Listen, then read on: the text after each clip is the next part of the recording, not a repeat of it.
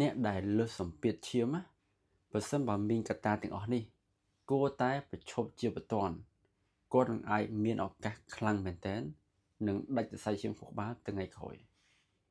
បាទសួស្តីអ្នកទាំងអស់គ្នាចំពោះការលើសសម្ពាធឈាមគឺជាប់តាក់ទងខ្លាំងមែនទែនចំពោះការដាច់សរសៃឈាមខួរក្បាលចំពោះសម្ពាធឈាមដែលល្អគឺជាសម្ពាធឈាមដែលនៅក្រោម120លើ80អញ្ចឹងឧទាហរណ៍បើសិនបើអ្នកទាំងអស់គ្នាងើបពីគេងមកពេលព្រលឹមហ្នឹងវាស់ទៅសម្ពាធឈាមបាន110លើ70អញ្ចឹងមានន័យថាសម្ពាធឈាមអ្នកទាំងអស់គ្នាគឺល្អមែនទែនបើសិនបើអ្នកទាំងអស់គ្នាវាស់ទៅសម្ពាធឈាមលើសខ្លាំងអញ្ចឹងឈាមនឹងបុកទៅសរសៃឈាមខួរក្បាលអាចនឹងមានឱកាសនឹងដាច់សរសៃឈាមខួរក្បាលចំណុចទាំងអស់នេះនឹងឲ្យឡើងសម្ពាធឈាមខ្លាំងហើយងាយនឹងឲ្យដាច់សរសៃឈាមខួរក្បាលកាន់តែខ្លាំងចំណុចទី1ការជក់បារីបើសិនបើយើងអ្នកជក់បារីបន្ថយបន្ថានខ្លាំងណាប៉ុន្តែម្យ៉ាងទៀតយើងអត់ជក់បារីទេប៉ុន្តែអ្នកជុំវិញខ្លួនក៏ជក់បារីចំណុចទី2ការផឹកស្រាចឹងអ្នកផឹកស្រាគួរតែអញ្ជើញទៅវាស់សម្ពាធឈាមផងណាចំណុចទី3គឺការលើសគីឡូឬក៏ធាត់ខ្លាំងអញ្ចឹងឲ្យតែធាត់ខ្លាំងស្អីក៏ឡើងដែរស្ករក៏ឡើងខ្លាញ់ក៏ឡើង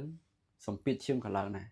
អញ្ចឹងអាសាមើលសម្ពាធឈាមផងណាទី4គឺរបបអាហារឲ្យតែញ៉ាំប្រៃខ្លាំងពេកផ្អែមខ្លាំងពេកខ្លាញ់ខ្លាំងពេកនឹងឲ្យលើសសម្ពាធឈាមកាន់តែខ្លាំងណាចំណុចទី5អ្នកដែលគាត់អត់ហាត់ប្រាណគឺថាស៊ីដេកអត់ធ្វើចុះណាងាយនឹងឲ្យគាត់ដាច់សរសៃឈាមខួរក្បាលខ្លាំងមែនទែនទី6អ្នកដែលគាត់ stress ខ្លាំងពេកឧទាហរណ៍សម្ពាធពីការងារច្រើនមែនទែនប៉ុន្តែពេលខែតិចញយសម្ពាធពីគ្រួសារគិតរឿងលុយគិតរឿងអីអញ្ចឹងសម្ពាធឈាមលើសខ្លាំងដាច់សរសៃឈាមខួរក្បាលក៏ខ្លាំងដែរណា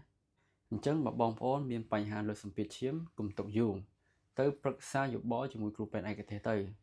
គាត់នឹងឲ្យបងប្អូនផ្លាស់ប្ដូររបៀបរបបរស់នៅប្រចាំថ្ងៃឬក៏ប្រើថ្នាំតាក់ទងនឹងការលើសសម្ពាធឈាមហ្នឹងណា